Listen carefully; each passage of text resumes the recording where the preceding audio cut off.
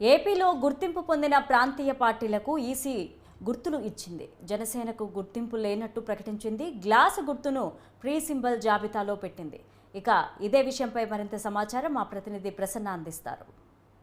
ఆంధ్రప్రదేశ్లో గుర్తింపు పొందిన పార్టీలకు సంబంధించి అదేవిధంగా జాతీయ పార్టీలకు సంబంధించి కేంద్ర ఎన్నికల సంఘం గుర్తులు ప్రకటించింది. ఎన్నికలు జరిగినప్పుడల్లా కూడా సింబల్స్ ప్రకటించడం కామన్గా జరుగుతుంది.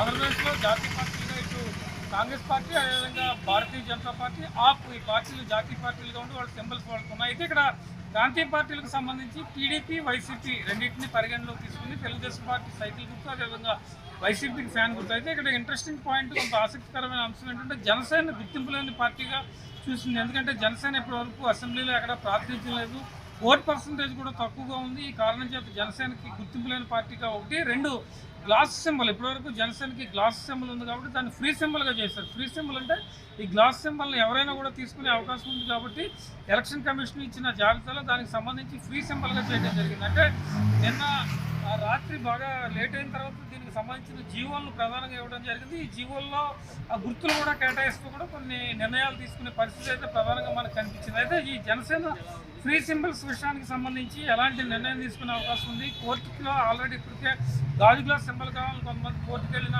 పరిస్థితి కూడా కనిపిస్తుంది కాబట్టి దీని మీద సిఈసి ఎలా రియాక్ట్ అవుతుందని చూడాలి. జనసేన తెలంగాణలో గాజు గ్లాస్ గుర్తుతోనే గతంలో పోటీ చేసిన పరిస్థితి మనకి ప్రధానంగా కనిపించింది కాబట్టి ఇప్పుడు కూడా ఈ జనసేన గ్లాస్ గుర్తుకు సంబంధించి కొంత చర్చ జరుగుతున్న పరిస్థితి. నిన్న మనం చూస్తే కనుక ఎన్నికల ఆంధ్రప్రదేశ్ రాజపత్రం అనే పేరుతో ఈ 4 జీవోలను ప్రధానంగా ఇచ్చిన పరిస్థితి అయితే మనకు కనిపిస్తుంది. ఇందులో ఒకటి ఏంటంటే ఫ్రీ సింబల్స్ ఒకటి కేటాయించడం, 2 ఉన్న గుర్తులు ఇవ్వడం, 3 రాజకీయ పార్టీల అడ్రస్ ఇవ్వడం, వీటన్నిటి మీద కూడా ప్రధానంగా దృష్టి పెట్టిన పరిస్థితి అయితే మనకు కనిపించింది. జనసేన ఫ్రీ సింబల్కి సంబంధించి గాజు గ్లాస్ గుర్తుంది కాబట్టి మరి ఆల్రెడీ ఇప్పుడు కోర్టులో వెళ్ళి ఉన్నారు కాబట్టి జనసేన లీగల్ టీం ఏ రకంగా స్పందిస్తుంది? గాజు గ్లాస్ తమకే కావాలని సిఈసిని అడిగే అవకాశం కనిపిస్తుందా?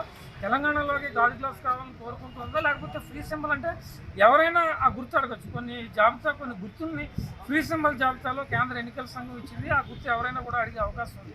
ప్రస్తుతం ఇక్కడ కూటమిలో బీజేపీ, జనసేన, టీడీపీ 3 పార్టీలు కలిసి ఉన్నాయి కాబట్టి తప్పనిసరిగా జనసేన పోటీ చేసే స్థానాల్లో తమకున్న గాజు గ్లాస్ గుర్తు అనేది చాలా ఇంపార్టెంట్ అంశం కాబట్టి మరి దీని మీద ఎలాంటి నిర్ణయం తీసుకుంటుందనేది చూడాలి. ఓవరాల్గా ఇది ఎలక్షన్ కమిషన్ ఇచ్చిన తాజా పరిస్థితికి సంబంధించి సమాచారం. కెమెరా పర్సన్ శ్రీనివాస్తో ప్రస్తున్న న్యూస్ 360 అమరావతి.